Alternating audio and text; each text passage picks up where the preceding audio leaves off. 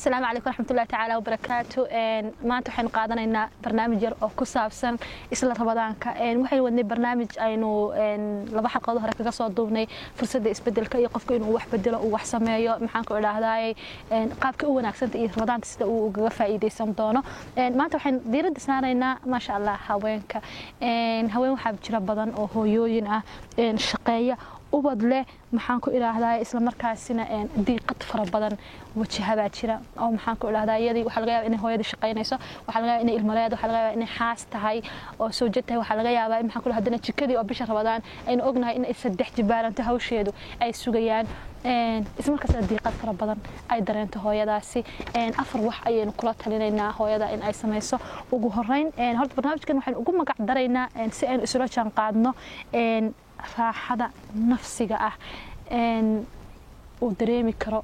qofka bisha Ramadaan soo mar gaan ahaan haweeneyda qaabka raaxada ku dareemaysa afar shay bayna soo qaadanayna qodobka ugu horeeya waa ducada ducada wax badan bay nolosheena ka tartaa sida la ajligeed ayaa diinteena inuu wala dardaarantay in aynu ducada aynu badsano ducada waxa laga yaabaa in aadan maanta dhan ducaysan laakiin 8 saacadood oo waqtigeena kamid ah in WhatsApp siino saaxiib u jawaab mid kale ta sanaan maxaan ku ilaahdaa warqada lagu soo diray ka jawaab email fur guud ahaan waxa laga yaabaa in saacado badan oo 10 ay gaariyaan oo naga qaata social media ayaa dhici karta sida la ajligeed waxaas dhan waxa laga yaabaa in aad 1 hour maadaama daruuriyaadkii ay kamid noqonayaan oo laga yaabo in shaqo ama family ama wuxuun ama hawl ay kaaga xidhantay inaad 1 hour hadii aadan ka yareyn karin aad siiso walba nus saac oo aad kaaga badan yahay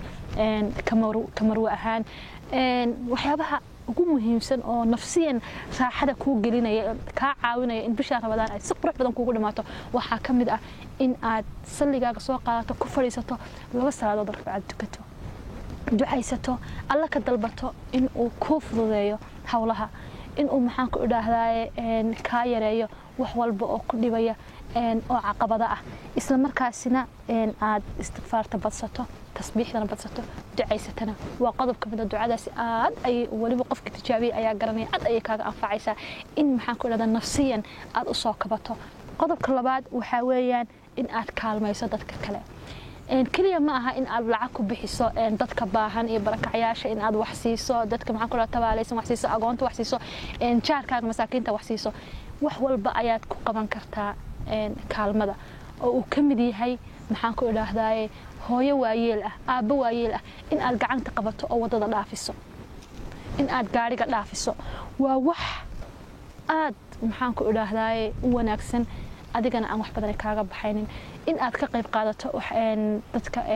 ilaahay khayr siiyo ajarka iyo xasanaadka shaqaysanaya wax u karinaya dadka masaakiinta iyo saa'imiinta wax u karinaya in aad maxaan ku ilaahdaa aad ka qayb qaadato oo aad xoogaaga ku caawiso taaliftirkadu waxa dareemaysaa raaxo nafsiga oo aad u sareysa dareemaysaa qodobka saddexaad oo aan soo qaadanay waxa weeyaan aamuska Soomaalidu waxay ku maamaada aftabalan waa dahab Soomaalidu waxa laga yaabaa inay yihiin dad aad ugu xeel dheer mahmahayooyinka oo cilmi badan oo hadda psychology loo xaqiijiyay maxaan ku ilaahdaa ama diiniyan ba saldhigu cilmiga in maxaan ku ilaahdaa ay hore iyagoo labada midna ka wadin ay hore u yaqaaneen aamusku wuxuu ka caawinayaa inaad energy badan maxaan ku ilaahdaa uu ku save karo wuxuu ka caawinayaa adigii oo xanaaqsan in aadan ku degdegin qof ka xanaajiyay in aad u jawaabto in maxaan ku ilaahdaa caadadaas oo aynu ognahay dhibaatooyin badan ay leedahay qaybna aynu kaga soo hadalnay barnaamijyadeeni hore in aad ka badbaadid oo aan dadkii xaafadaada hadii aad hooyo tahay oo saygaagu jooga saygaaga dhibaatooyinka idin kala gaari lahaa maadaama aamusto aad aamus wax walba ku xalisay in dhibaatooyinka aad ka baaqatid qodobka saddexaad oo aynu rajeynayno wax badan ka tari doono raaxada nafsiga ah waxa weeyaan عفوا وقضب كأفراد قضب كصدحات عامس كأيان كسوق قادني وقضب كأفراد قضب كأفراد وحويان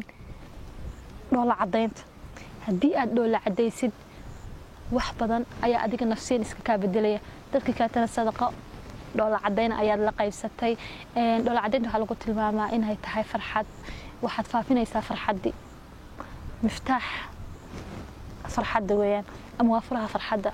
قفل بكاهري ما دمرك أد وجه بشوش أيو دولة عدين أد كسلامته adigii waa da'yanaanaysa xataa cilmiga waxa la sheegaa dhoola cadeynta wajiga kun inuu qofka age ahaan uu hoos u dhimo farxad reyn baad adig dareemaysaa dadka kale waa la wadaagaysaa afarta shay hadii aad sameeysid oo aad wajiga ka ilaalisid calada oo aad ismeelka ku dadaashid isla markaasina ducaysatid adigoo salaadahaaga istighfaartaada tasbiixdaada ku daraya maxaan ku ilaahdaa aamuska ku dadaalaya xiliyada waliba aad calaysantay isla markaasina